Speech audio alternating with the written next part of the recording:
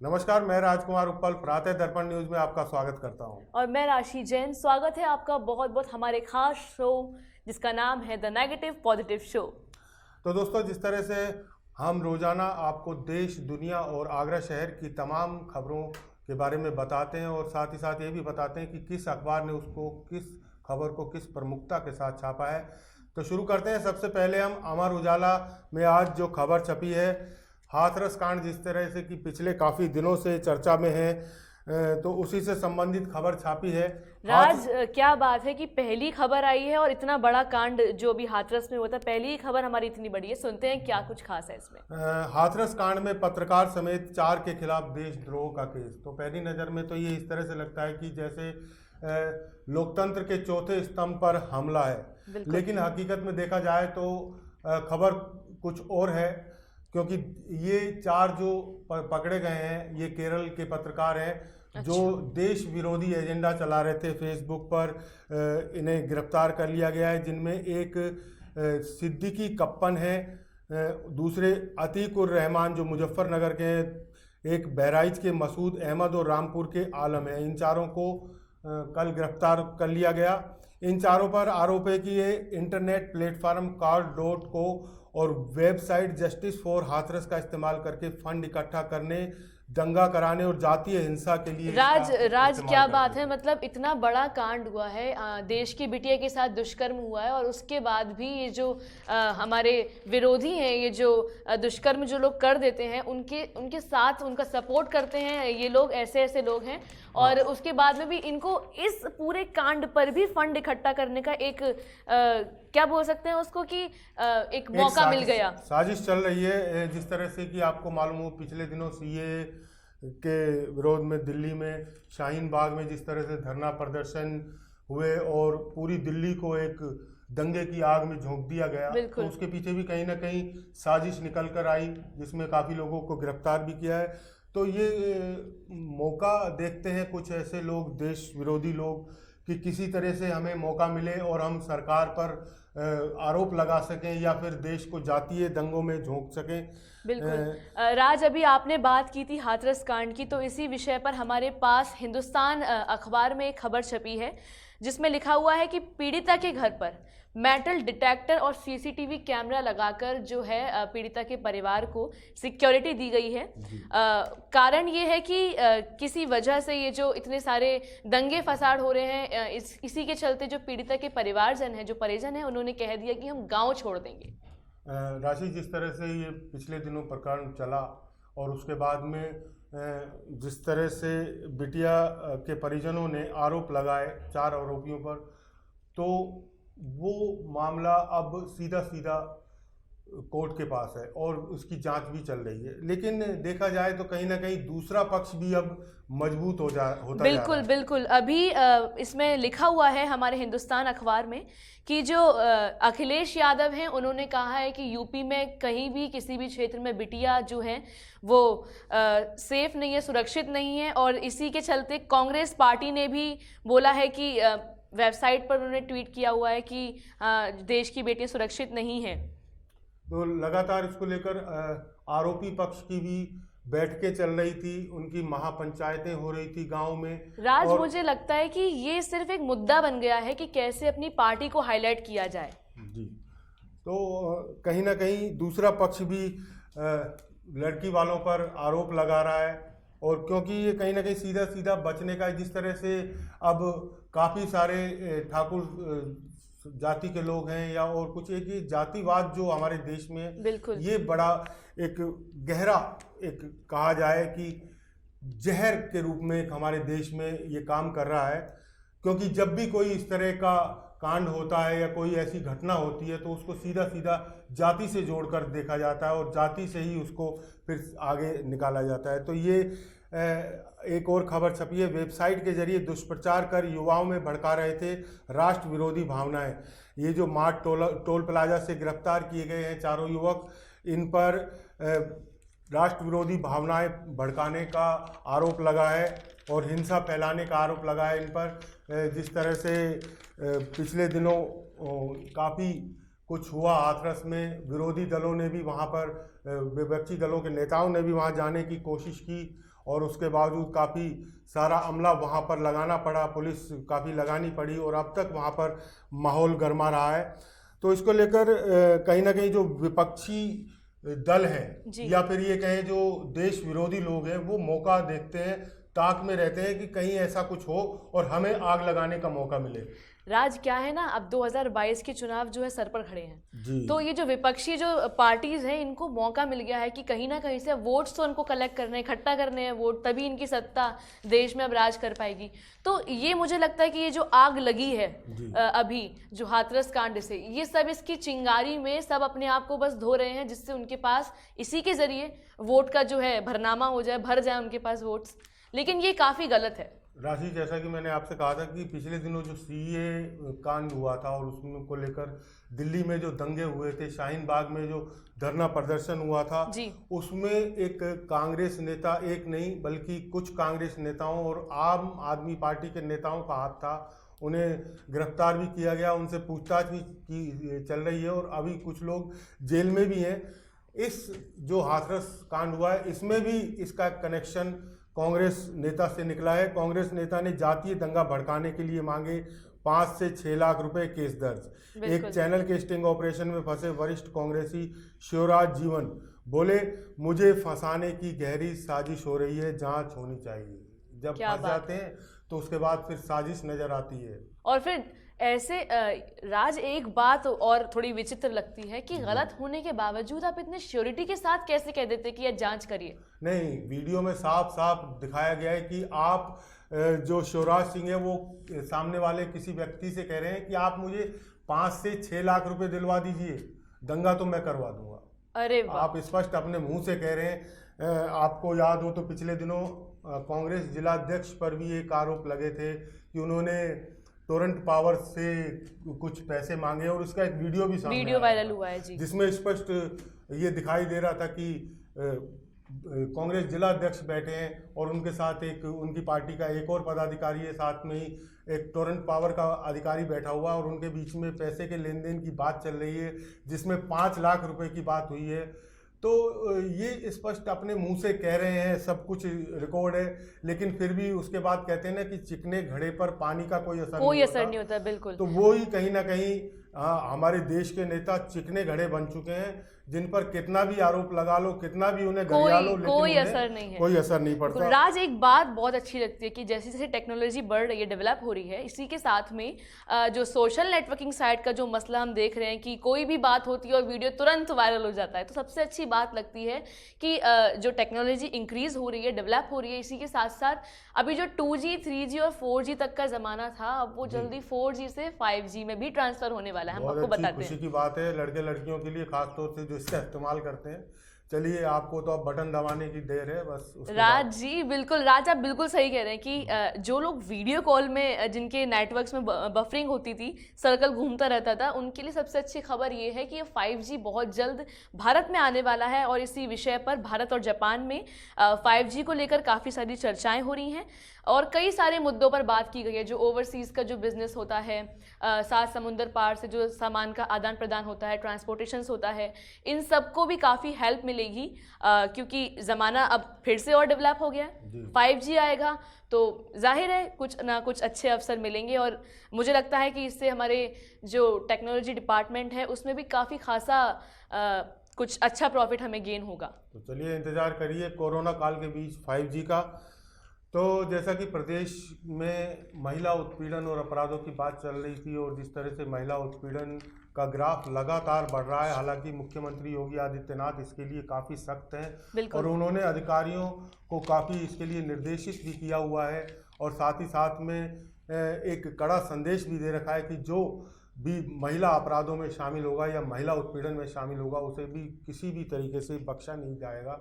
लेकिन उसका देखा जा रहा है कि कोई असर खास हो नहीं रहा, क्योंकि जिस तरह से रोज़ाना अखबारों में इस तरह के किस्से देखने को और सुनने को मिलते रहते हैं। फिर एक खबर छपी है, अलीगढ़ के गांव में महिला से सामूहिक दुष्कर्म, 4 के खिलाफ केस। राज, ये खबरें थमने का नाम कब लेंगी? ये राशि, ये समाज है, समाज में हर तरह के लोग होते हैं। अब एक संगठित अपराध होता है जिसे रोका जा सकता है, जिसका पता होता है कि ये अपराध होना है बिल्कुल। या हमें इस पर शक है, ये जी। ऐसा काम कर सकता है, तो पुलिस भी उस पर नजर रखती है, कानून भी उसे उसकी देखरेख करता है। बिल्कुल। लेकिन जिसका पता ही नहीं है, अनायास कोई चलता फिरता व्यक्ति, किसी के दिमाग में क्या शैतानी आ गई, क्या कुछ हो गया, क्या उसने घटना कर दी, तो ये जो अनायास घटना होती है इसको कहीं ना कहीं रोकने में पुलिस प्रशासन और सरकार भी कामयाब नहीं रह सकती, क्योंकि हर व्यक्ति के पीछे तो पुलिस लगाई नहीं जा सकती। बिल्कुल। तो ताज्जुब वाली बात है कि कोरोना काल में जिस वक्त सभी लोग घर में थे, उस वक्त भी ऐसी ऐसी वारदात हो जाती हैं, तो क्या होगा जब नॉर्मल डेज अच्छे से और आ जाएंगे, तो उसमें जब हमारी स्त्रियां घर में अकेली रहा करेंगी तो वो कितना प्रतिशत आपको लगता है कि सुरक्षित होंगी? जब अभी इस वक्त घर में जेंट्स मौजूद होते हैं, पुरुष वर्ग जब मौजूद है, उसके बावजूद ये घटनाएं घट रही हैं, तो आगे की श्योरिटी हम कैसे रखेंगे कि आगे स्त्रियां फिर सेफ रहेंगी घर में? जी सही कहा आपने राशि, लेकिन इसकी शुरुआत तो हमें कहीं ना कहीं घर से ही करनी होगी। अपने बच्चों को वो संस्कार देने होंगे। अपने बच्चों को जो महंगा फ़ोन लेके देती है ना अपनी लड़कियों को, जी। 15,000 का 20,000 का, वो मत लेके दीजिए। उन्हें कुछ ऐसा सिखाइए जिससे कि अगर उन पे कोई मुसीबत आए, उन्हें मार्शल आर्ट सिखाइए ताकि वो उसका जवाब दे सकें उसी समय। राज, अभी तो टाइक्वांडो क्लासेस बहुत चल रही हैं, मार्शल आर्ट्स चल गई हैं, और अभी मुझे लगता है कि जगह जगह वर्कशॉप लगी हुई थी जिसमें बेटियों को अपने शारीरिक अपने तरीके से कैसे उसकी सुरक्षा करनी है अपने शरीर की, तो उसमें उस वर्कशॉप में ये भी सिखाते हैं। तो हम भी आपसे कहना चाहेंगे अपनी बेटियों को वहाँ भेजिए और उनको वो सिखाने की बहुत ज़रूरत है, क्योंकि आज का जो ज़माना हो चुका है, मुझे नहीं लगता कि अब किसी भी बेटी के साथ शासन और प्रशासन लगेगा। हमें लगता है कि अपनी सुरक्षा अपने हाथों में है, और तो हमको अपने लिए ही लड़ना होगा, अपने आप से ही लड़ना होगा। चलिए अब बात करते हैं बिहार के घमासान की। बिहार में जिस तरह से चुनाव प्रचार इस समय जोरों पर है, उसको लेकर एक खबर छपी है। जनता दल यू के 10 विधायकों और 1 मंत्री का कटा टिकट, 18 नए चेहरे। लालू के समधी चंद्रिका राय, सेवानिवृत्त डीजी सुनील कुमार को टिकट। गुप्तेश्वर पांडे का नाम नहीं। अभी पिछले दिनों जिस तरह से सुशांत केस हुआ और उसमें गुप्तेश्वर पांडे जो बिहार के डीजीपी हैं, उनका नाम भी आया। उन्होंने काफ़ी प्रमुखता के साथ इस खबर को उठाया था और साथ ही साथ इस पूरे प्रकरण की जांच की मांग की थी महाराष्ट्र सरकार से, महाराष्ट्र पुलिस से। और तो लग रहा था कि ऐसा कहीं ना कहीं राजनीति से प्रेरित हैं गुप्तेश्वर पांडे और ये वीआरएस लेकर राजनीति में आएंगे, और उन्होंने वीआरएस लिया भी, लेकिन अभी तक उनको टिकट नहीं मिल पाई है। गुप्तेश्वर पांडे का नाम नहीं है, जबकि सेवानिवृत्त डीजी सुनील कुमार को टिकट मिल चुकी है, और इस प्रकार से 10 विधायकों और 1 मंत्री का टिकट कट चुका है। राज, कमाल की बात है ना, अभी हम बात कर रहे थे चुनाव की, और देखिए अगली खबर हमारे पास चुनावों की ही है। राज, एक और मुद्दा जो हमारे देश में अभी चल रहा है, कोरोना का। कहने को तो ये मुद्दा बहुत आम हो चुका है, लेकिन अभी भी ये खास है।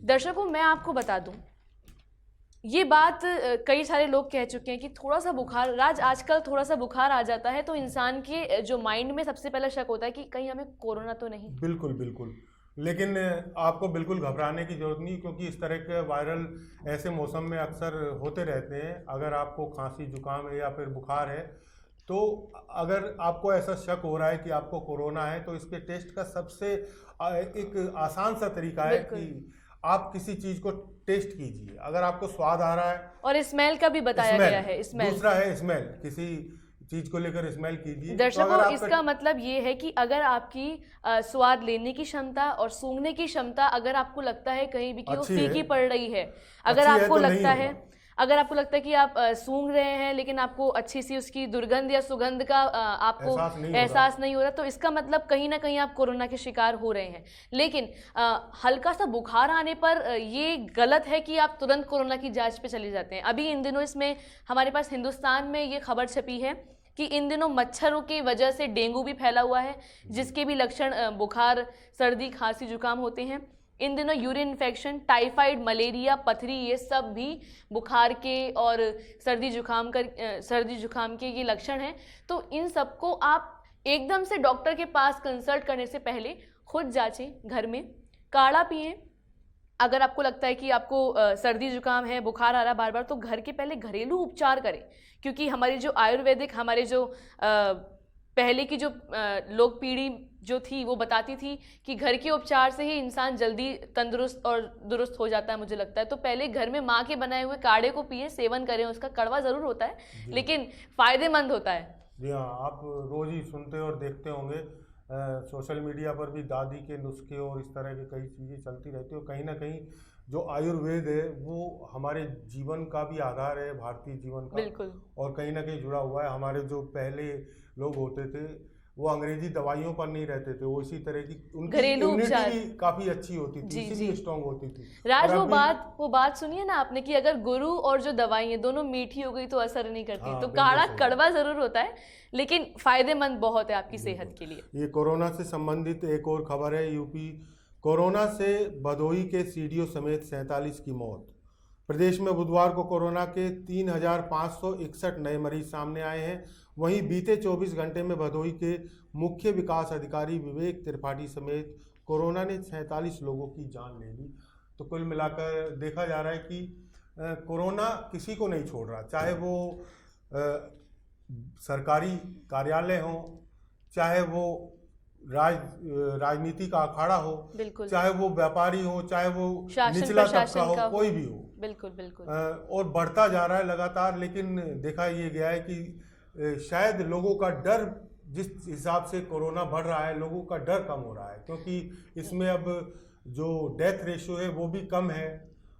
लेकिन फिर भी कहीं ना कहीं जो बीमार, गंभीर बीमार लोग हैं, डायबिटिक हैं, दिल के रोगी हैं या फिर अधिक उम्र के हैं, बिल्कुल। उनको तो खतरा जरूर है। तो राज इतनी अवेयरनेस मैं देख रही हूँ कि हर जब टेलीविज़न हम खोलते हैं तो हर दूसरे सीरियल या दूसरे कार्टून के जो एड्स आते हैं उन सब की चीज़ों के बाद में एक ऐड होता है, हैंड सैनिटाइज करें, मास्क पहने, और घर पर जब भी आप एंटर होते हैं, घर में जैसे ही घुसते हैं तो चीज़ों को हाथ ना लगाएं, पहले अपने हाथों को अच्छे से धोएं, साबुन के झाग बनाएं। तो इतनी अवेयरनेस फैलाने के बाद भी कोरोना थमने का नाम क्यों नहीं ले रहा है राज? नहीं, उसकी सीधी सी वजह यही है कि लोग लापरवाह हो गए हैं और लोगों के मन में से डर निकल गया। उन्हें लग रहा है कि शायद मुझे नहीं होगा या फिर मेरी इम्यूनिटी मजबूत है तो मुझे इतना असर नहीं करेगा। लेकिन शायद आपको असर ना करे, लेकिन आपके परिवार में जो कमज़ोर व्यक्ति है या बीमार व्यक्ति है उसको तो असर कर सकता है। तो इसलिए कम से कम अपने लिए नहीं तो अपने परिवार की सुरक्षा के लिए बिल्कुल। तो कम से कम नियमों का पालन कीजिए। राज, अभी आपने कहा था कि जिनको डायबिटीज़ होती है, जिनको अस्थमा है, ऐसी प्रॉब्लम्स हैं, ऐसी परेशानियों से अगर जूझ रहे हैं तो उनको कोरोना जल्दी पकड़ता है। हिंदुस्तान में एक और खबर छपी हुई है जिसमें लिखा है कि डायबिटीज़ दुरुस्त करें वरना चली जाएंगी आँखें। ये एक जानने वाली बात है कि कोरोना काल में लोग घर में बैठे बैठे उन्होंने बहुत मीठा खाया। इवन आपने भी और मैंने भी, हमने भी काफ़ी मीठा खाया होगा। इस समय दुनिया में सबसे अधिक डायबिटिक मरीज इंडिया में है और ये डायबिटीज़ बहुत तेज़ी से बढ़ रही है। और सबसे चिंता वाली बात ये है कि युवाओं में बड़ी तेज़ी से बढ़ रही है। जिस प्रकार से खान पान हमारा बदल रहा है जी। और हमारा एटमॉस्फेयर है, तो उसे देखते हुए डायबिटीज़ पर भी अंकुश बहुत ज़रूरी है, क्योंकि डायबिटीज़ 10 और नई बीमारियों को जन्म देती है। बिल्कुल। अभी जैसे इसमें दिया हुआ है कि ये आपको जिस तरह से ये खबर छपी है, आँखों के लिए, आँखों पर, शरीर की हड्डियों पर, दांतों पर बहुत असर पड़ता है और धीरे धीरे ये आंखें कमज़ोर कर देती है। आपकी आंखों की रोशनी चली जाएगी, आपके दांत चले जाएंगे, आपकी हड्डियां कमज़ोर हो जाएंगी। इसलिए आप अपने आप का ख्याल रखें, क्योंकि आप खुद स्वस्थ हैं तभी आप कुछ कर पाएंगे, देश के लिए भी, समाज के लिए भी, चाहे अपने परिवार के लिए। तो पहले अपने आप को स्वस्थ रखें और जिस प्रकार के नियम है, नियम कायदे कानूनों का पालन करते रहिए और समय समय पर दवा लेते रहिए। बस मैं तो यही कहूँगा।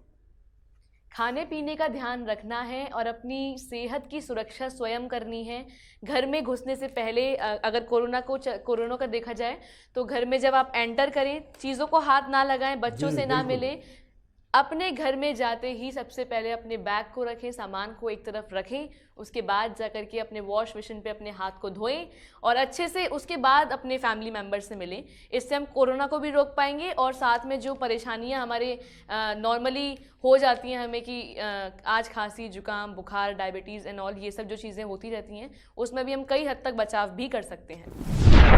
दैनिक जागरण में एक बड़ी खबर छपी है। सुप्रीम कोर्ट का एक बड़ा फैसला आया है। जिस तरह से पिछले दिनों सीएए को लेकर शाहीन बाग में 3 या 4 महीने तक सड़क को लोगों ने, प्रदर्शनकारियों ने घेरे रखा और काफ़ी कुछ अस्त व्यस्त हो गया था दिल्ली का, और कई जगह पर इस तरह के धरना प्रदर्शन किए गए थे। तो उसी को लेकर सुप्रीम कोर्ट ने कहा है कि अब सार्वजनिक स्थानों पर कब्जा मंजूर नहीं होगा और सड़कों पर बेमियादी कब्जा कर असुविधा पैदा करने की अब कानून इजाज़त नहीं देगा। नागरिकता संशोधन कानून सीएए के विरोध में दिल्ली के शाहीन बाग इलाके में 3 महीने से ज़्यादा समय तक चले धरना प्रदर्शन पर सुप्रीम कोर्ट ने अहम फैसला सुनाया है। कोर्ट ने कहा है कि विरोध प्रदर्शन के लिए शाहीन बाग जैसे सार्वजनिक स्थानों पर अनिश्चित काल के लिए कब्जा स्वीकार नहीं किया जा सकता है। विरोध प्रदर्शन किसी निर्धारित स्थान पर ही होना चाहिए। और दिल्ली वाले लोग भी ये कह रहे थे, दिल्ली वासी भी ये कह रहे थे कि हम लोगों को आने जाने में बड़ी परेशानी हो रही है, तकलीफों का सामना करना पड़ता और है। हमें काफ़ी घूमकर जाना पड़ रहा है, क्योंकि बिल्कुल। सुबह जो ऑफिस के लिए जाने वाले लोग थे वो अक्सर ऑफिस लेट हो जाते थे, उन्हें परेशानी होती थी घर वापस सड़कों आने पर में जाम, भी, सड़कों पर और जाम, जाम रहता था और नारेबाजी। एक अनजाना सा डर भी बना रहता है बिल्कुल बिल्कुल। जब इस तरह के धरना प्रदर्शन होते हैं। राज, एक और खबर हमारे पास है कि जो पूर्व सीबीआई चीफ अश्विनी कुमार फंदे पर झूलते हुए मिले हैं। जी, ये जो सीबीआई के जो चीफ थे, इन्होंने अपनी आत्महत्या कर ली है।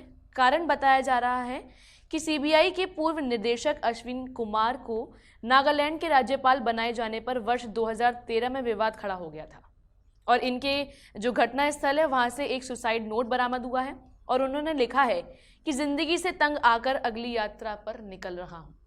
कमाल की बात है कि इतना बड़ा संसार है, सोशल नेटवर्किंग साइट्स आ गई। अब मुझे नहीं लगता कि राज कोई अकेला होगा।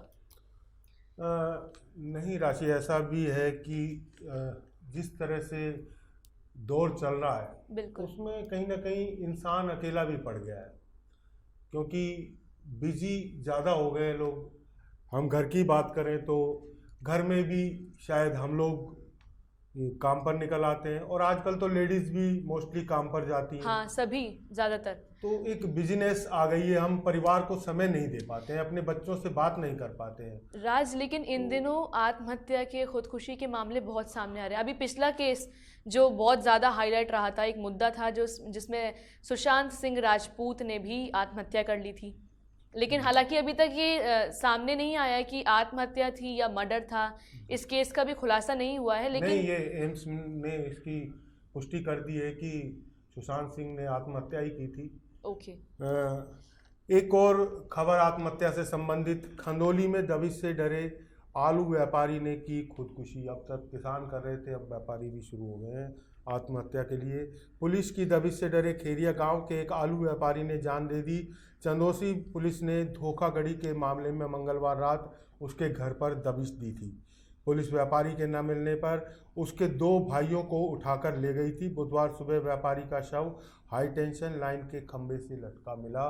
गुस्साए ग्रामीणों ने खंदौली थाने का घेराव किया, जिसके बाद चंदौसी पुलिस ने भाइयों को छोड़ दिया, लेकिन जो व्यक्ति जाने वाला था वो तो चला गया। तो पुलिस को भी अपनी कहीं ना कहीं कार्य प्रणाली को बदलना होगा और इस तरह से पेश आना होगा जिस तरह से कि सामने वाले पर कोई विपरीत असर ना पड़े या फिर उसे कोई गहरा आघात ना पहुंचे कि जिसकी वजह से वो कोई खतरनाक कदम उठा ले। राज, घटना कोई भी होती है, परेशानी कोई भी आती है, लेकिन वो सारी परेशानियां गरीबों पर ही मुझे लगता है टूट पड़ती हैं। जी, ऐसा ही है। कुछ हमारे देश का रीति रिवाज कह लीजिए या कुछ चाल चलन कह लीजिए। ये अब रुक करते हैं आगरा शहर की कुछ खास खबरों की ओर। हाईवे पर एलपीजी कैप्सूल में लगी आग, हड़कंप। सिकंदरा के गुरु का ताल के पास की घटना, इलाके में फैली दहशत।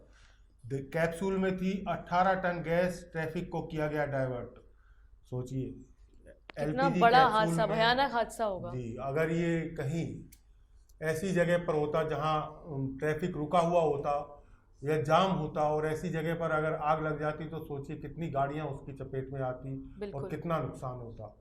लेकिन कहते हैं कि घटना तो कभी भी हो सकती है, घटना को रोका नहीं जा सकता, लेकिन घटना पर जिस तरह से काबू पाया गया कल और इस आग को थाम लिया गया वहीं पर, वो काफ़ी तारीफ़े काबिल है।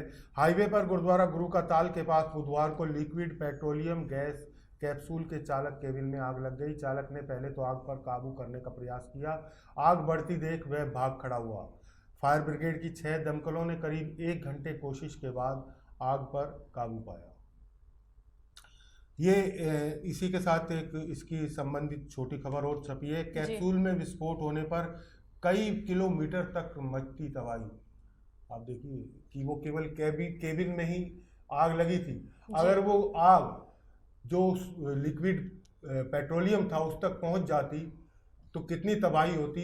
इसके बारे में ये खबर छपी है कि अगर कैप्सूल तक वो आग पहुंच जाती तो आसपास कई किलोमीटर तक तबाही मच जाती। जिस तरह से मैंने अभी कहा था कि यदि जाम लगा होता तो शायद वो सब गाड़ियां नहीं बचती। तो ये कहीं ना कहीं काबू पा लिया गया और एक बड़ा हादसा होने से रोक दिया गया। जबकि जो आपने क्षेत्र बताया कि गुरु के ताल के पास वाला जो रोड है वो काफ़ी चलता फिरता है, मुझे लगता है कि वहाँ पर ट्रक्स और स्कूल बसेस निकलना भी आम बात है। जी जी, अक्सर वहाँ पर जाम भी रहता है, लेकिन जिस तरह से आग पर काबू पाया गया वाकई काबिल तारीफ है। इस तरह की और खबरें किस तरह की हैं? ये आगरा शहर में कुछ और ख़ास हुआ है, बताइए। आगरा शहर का तो नहीं, एक नई दिल्ली से हमारे पास खबर है गैस के बारे में दिया हुआ है, जिसमें सरकार ने गैस बेचने की खुली छूट दी है। आपको खबर विस्तार से बताते हैं। इसमें लिखा हुआ है कि बिना नियम वाले क्षेत्र से गैस को बेचने की पूरी तरह से छूट दी गई है।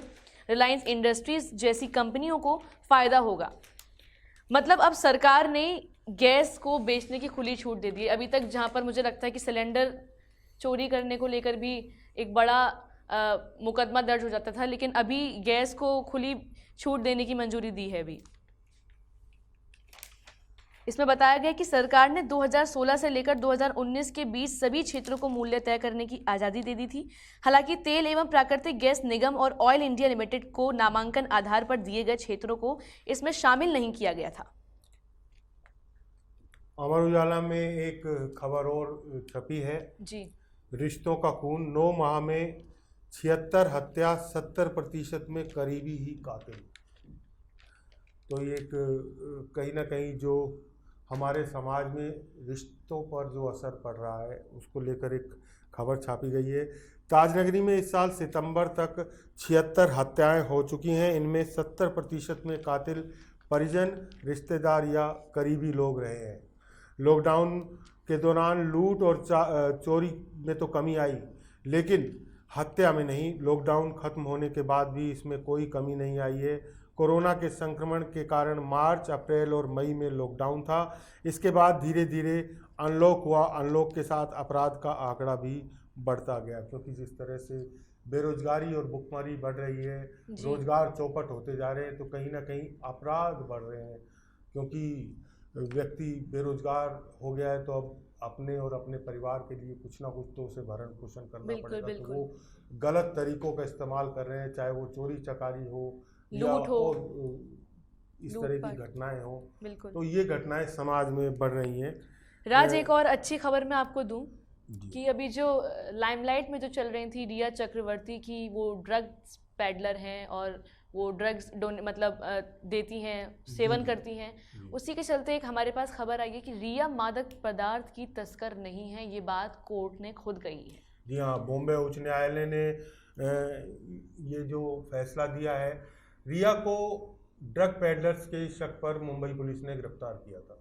बिल्कुल, साथ ही उसके भाई को भी, शौविक को भी गिरफ्तार किया गया था। लेकिन सुनने में आ रहा है कि रिया की जो है जमानत हो चुकी है, लेकिन शौविक की जमानत खारिज कर दी है। जी, रिया के ऊपर ड्रग पैडलर्स के साथ संबंधों का खास पता नहीं लगा पाई है पुलिस, और कि वो ड्रग पैडलर्स है या नहीं। तो ये कहीं ना कहीं शुरुआत से ही जो सुशांत केस हुआ है, ये कहीं ना कहीं किस्सा तो उसी से जुड़ा हुआ है। जिस तरह से सुशांत केस पर मुंबई पुलिस ने लीपापोती करने की कोशिश की, मिट्टी डालने की कोशिश की, राज सुशांत का मामला दब गया, उसको दबाया गया, उसको भटकाया गया। बिल्कुल, क्योंकि कहीं ना कहीं वो चाहते थे कि अगर सुशांत का मामला खुला और ये सब केस ओपन हुआ तो फिर कई ऐसे चेहरे सामने आ सकते हैं, कई ऐसे नाम सामने आ सकते हैं जिसकी आपत्ति शायद जो वहाँ की सरकार है उसको भी थी, और जो वहाँ के जो बॉलीवुड के बड़े दलाल या माफिया कहे जाएं उनको भी थी, उनको भी ये कहीं ना कहीं चिंता थी। तो उन बड़े नामों को बचाने के लिए ये कहीं ना कहीं पूरा खेल रचा गया था। लेकिन अब देखा ये गया है कि जो ड्रग की बात चली थी, तो ड्रग में जिन जिन के नाम आ रहे थे उन पर भी अब लीपापोती शुरू हो गई है। ऐसा लग रहा था कि 50 नाम आए हैं सामने और वो 50 नामों पर कुछ कार्रवाई होगी, लेकिन कोई खास कार्रवाई मुझे नहीं लगता है कि हुई है। नहीं। देखिए राज, जब हम जब देख रहे थे टेलीविज़न, हमने जब देखा खबरें, जब हमने पढ़ी, तो उसमें ये बताया जा रहा था कि जो रिया है उसके ड्रग्स पैडलर के संग कुछ खास संबंध हैं, वो ड्रग्स बेचती हैं और उनका उठना बैठना ड्रग्स पैडलर्स के साथ में है। इतना सब होने के बाद भी आज कोर्ट ये बात कह रहा है कि वो तस्कर नहीं है। ये बात कुछ हजम नहीं होती हमें। बिल्कुल सही कहा आपने। इसमें आगरा की एक खबर छपी है, डॉक्टर पुलिसकर्मी समेत 56 और संक्रमित मिले। जिस तरह से अभी कोरोना दौर चल रहा है और आपसे बार बार गुजारिश की जा रही है कि आप अगर घर से बाहर निकलें तो पूरी सुरक्षा के साथ निकलें, मास्क लगाकर निकलें, सैनिटाइज करते रहें बार बार हाथों को, और सोशल डिस्टेंसिंग भी बनाए रखें। उसी को लेकर खबर छपी है अमर उजाला में, डॉक्टर पुलिसकर्मी समेत 56 और संक्रमित मिले, और संक्रमितों का आंकड़ा लगातार बढ़ता जा रहा है। आगरा में 56 और संक्रमित मिले हैं। कल निजी चिकित्सक और पुलिस लाइन में तैनात पुलिसकर्मी की रिपोर्ट पॉजिटिव आई है, और जब डॉक्टर ही पॉजिटिव आने लगे तो आप सोचिए फिर आपका इलाज कौन करेगा। तो इसलिए भैया अपने घर पर रहें, सुरक्षित रहें, और अगर बाहर ज़रूरी काम से भी निकलना है तो अपनी सुरक्षा का पूरा ख्याल रखें। सैनिटाइजर लेकर के चलिए अपने साथ में, और ग्लव्स रखिए अपने साथ, मास्क का उपयोग करें। और ये तो आम, मुझे लगता है कि आजकल हर जगह सेफ्टी, अगर आप चौराहों पर भी जाएंगे तो वहाँ पर भी ये सेफ्टी के साथ मुझे लगता है कि माइक्स में बोला जाता है कि सोशल डिस्टेंसिंग का पालन करें, मास्क का प्रयोग हमेशा करें और अपने हाथों को बार बार सैनिटाइज करते रहें। तो चलिए बात करते हैं अब देश दुनिया की, और शुरू करते हैं पहली खबर आईपीएल से।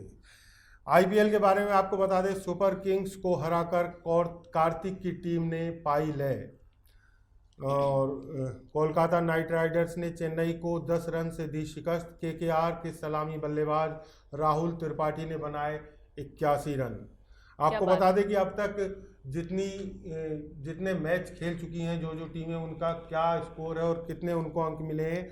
मुंबई इंडियंस ने 6 मैच खेले हैं अब तक, जिनमें 4 वो जीती है और 2 हारे हैं। इस प्रकार मुंबई इंडियंस के 8 अंक हैं। दिल्ली कैपिटल्स 5 मैच हुए हैं, जिनमें से 4 जीती है और 1 हारी है, इसके भी 8 अंक हैं। कोलकाता नाइट राइडर्स 5 मैच हुए हैं, 3 जीते हैं और 2 हारी है, इसके 6 अंक हैं। और रॉयल चैलेंजर्स बेंगलुरु 5 मैच हुए हैं, 3 जीते हैं और 2 हारे, इनके भी 6 अंक है। चेन्नई सुपर किंग्स 6 मैच हुए हैं, जिनमें से 2 जीते हैं और 4 मैच मुंबई ने हारे हैं, और इनके 4 अंक हैं। सनराइजर्स हैदराबाद 5 मैच हुए हैं, 2 जीते हैं और 3 हारे हैं, और इनके भी 4 अंक हैं। राजस्थान रॉयल्स 5 मैच हुए हैं, 2 जीते हैं, 3 हारे हैं और 4 अंक हैं।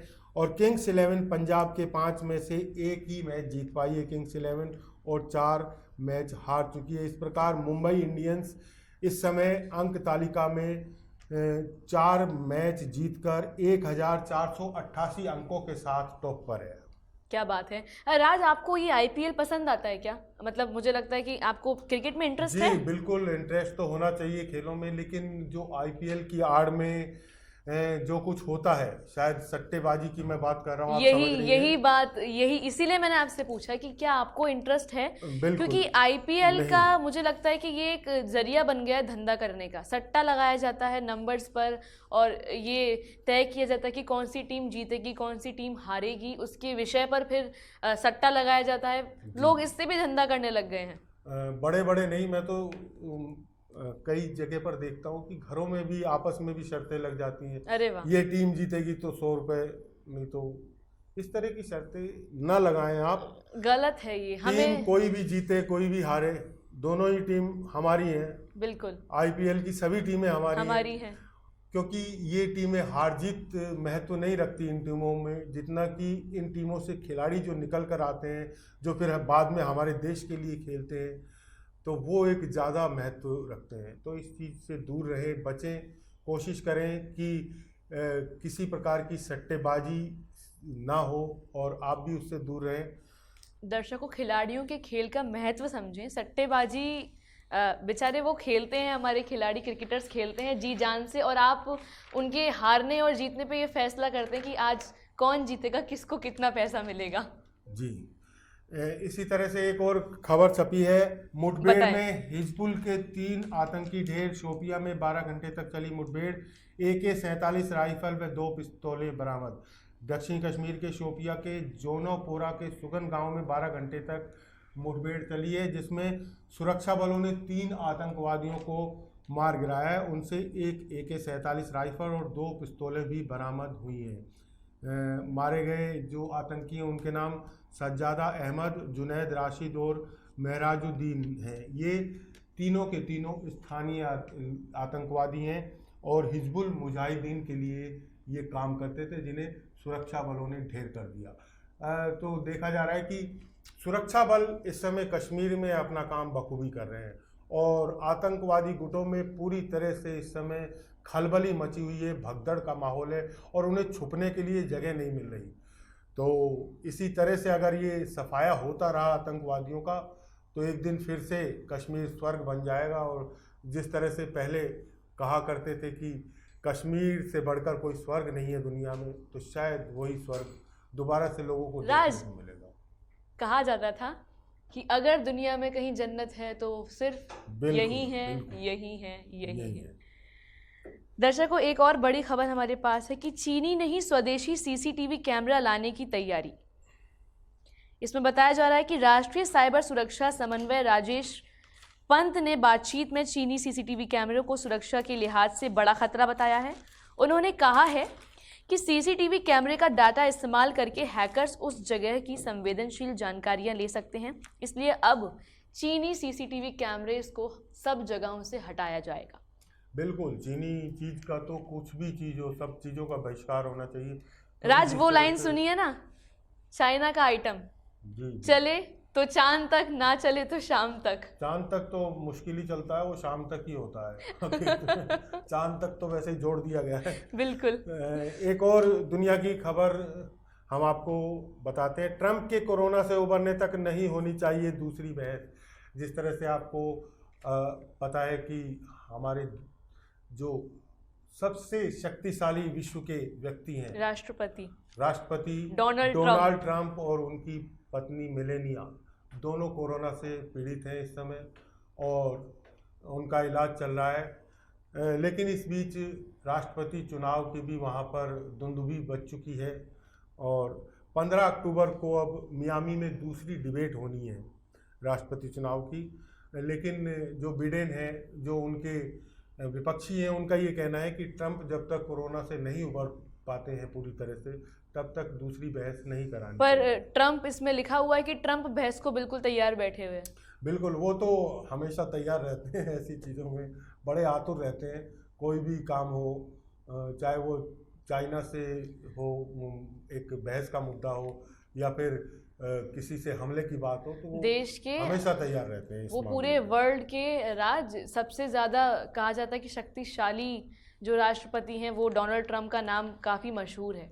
अभी विगत दिनों में हमारे आगरा शहर भी वो आए थे जी, काफ़ी अपनी बेटी इवांका के साथ। जी, कोरोना काल से ठीक पहले ही आए थे और उसको लेकर काफ़ी हंगामा भी हुआ था कि हमारे देश की स्थिति इस तरह की है और यहाँ पर घुमाया जा रहा है। लेकिन अतिथि देवो भव एक देश की परंपरा रही है और हमारे देश की संस्कृति भी है। हाँ, बिल्कुल।